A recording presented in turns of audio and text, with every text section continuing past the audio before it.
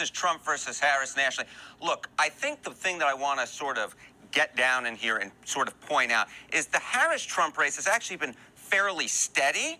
You can see this pre-Biden dropout. You had Trump +2. Look at where we are this week, Trump +1. Again, a race with no clear leader being the key thing here. But the big change, Jessica, is the fact that Democrats made that change from Biden to Harris. Why do I say it's the big change? It's because this little asterisk at the bottom, which points out that Biden trailed Trump by 6 points. By 6 points among the same pollsters that, in fact, had Harris down only 2. So Democrats, by making that change, were able to turn what was looking like a runaway race for Donald Trump into one that, at this point, is just way too close to call with no clear leader. Trump up by just 1, and that could definitely change over time.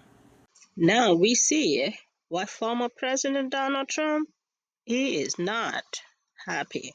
Hello, guys, and welcome back to Inside the Daily Gist. We are back again like we never left. Welcome back, guys, and thank you.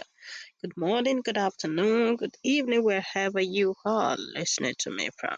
Thank you, everybody. Appreciate it. Let's jump right into it. Yep, the reporting was from CNN. Yeah, so the poll. The poll is changing just in how many weeks? Like a week or so? Mm-hmm.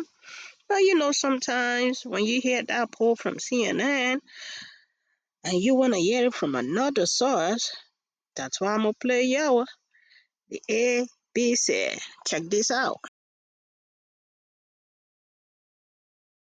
A week ago, and one thing is for certain, it is close. We've had 4 major polls come out just since Joe Biden left the race and endorsed Harris. You have anything from a Harris +2 to a Trump +3, basically a tied race, all within the margin of error. We've also gotten some initial battleground state polling that's encouraging for Democrats. A tie in Pennsylvania, Trump up by just a single point in Wisconsin. That's better than Joe Biden was doing in both of those states. He was trailing in the 538 polling average right before he left the race, and it has been quite a honeymoon for Vice President Harris. Just in the space of a week. So a week ago, 35% of the country saw her favorably. Now it is up to 43. That includes a big jump among independents. She is now the very rare politician viewed more favorably than unfavorably, at least for the moment. On the other side, we've seen kind of the opposite happen for Donald Trump. Coming out of his convention and that assassination attempt, we talked last week, he had got to a 4-year high in favorability of 40%. Now it's down to the mid-30s, back where it's been for a long time.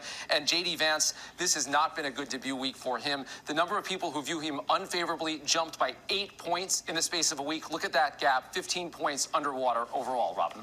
And overall, Rick, it does appear that with the voters, that they're more pleased with this current matchup than they were with the rematch with Biden and Trump. Yeah, we've seen a big shift in that, Robin. Just a week ago, 14% of the country said they were unfavorably inclined to support either one of the candidates. You called them the double haters. Now that number is cut in half. And check this out, the enthusiasm gap that Democrats have worried about, at least for now, entirely erased. Democrats enthusiastic about Kamala Harris's candidacy, just like Republicans are for Trump. And this is a striking number. 49% of independents say they are enthusiastic about Kamala Harris. Compare that number to Trump's, and you see how this race has been turned on its head, Robin. All right, Rick.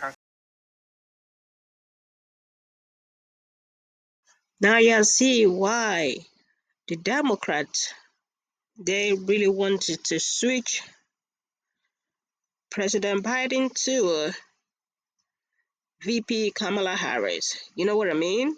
Now y'all see why they want to switch the ticket and why they actually switch the ticket. Even though VP Kamala Harris, she is now the presumptive nominee for Democrat. That's all the poll. For those that do not really believe in CNN, that's why I play y'all from ABC. And if you're thinking, oh, it is just a poll, they've told us that before. When Democrats were losing and the GOP was gaining momentum, I remember Democrat was saying it's just a poll. You know what I mean? Which, yes, we've seen it before. I remember the time of Hillary Clinton. The polls were saying everything that she was going to win. But I've said this before. I'm gonna say it again. People are the one that are gonna vote, not the polls. But I guess the polls is just to give them what's up.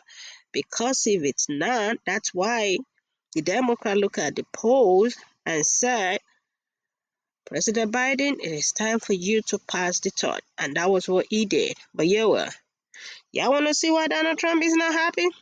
Watch this from CNN. Tell us about some of the latest data that we're seeing in the battleground states, how Trump and Harris are faring against each other there.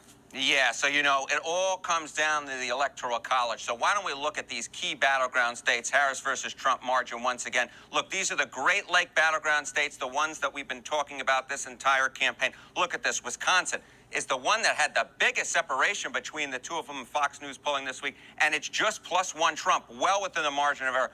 Michigan, a tie. Pennsylvania, of course, a key state. That is tied right now. And, of course, what does that mean?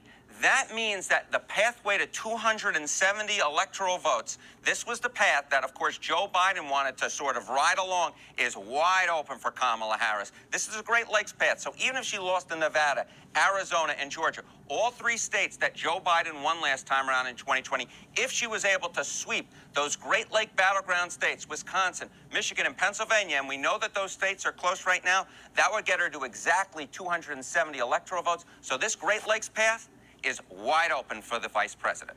And then what about another potential path? Because Biden, when he was in, that was it. That was what they were looking at. Is there another potential electoral path for her? Yeah. So this is the Great Lakes path.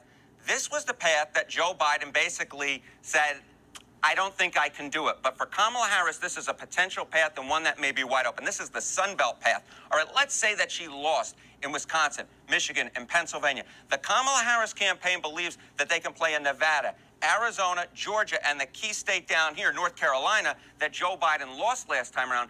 Why do they think they can play there? They think they can play there because what we know in the national polling, for example, is that Harris outperforms Biden, Hispanics, and black voters. Hispanic voters, of course, being key in Nevada and Arizona, and African-American voters, of course, being key down here in Georgia and North Carolina. If she's able to sweep those, she could lose in the Great Lake battleground states, and she would still get to 275 electoral votes. So one of the key differences between Harris and Biden is there are a lot more electoral paths, as illustrated by the fact that the Sun Belt path is still open for the vice president. Democrats listened to the people and they made the change immediately.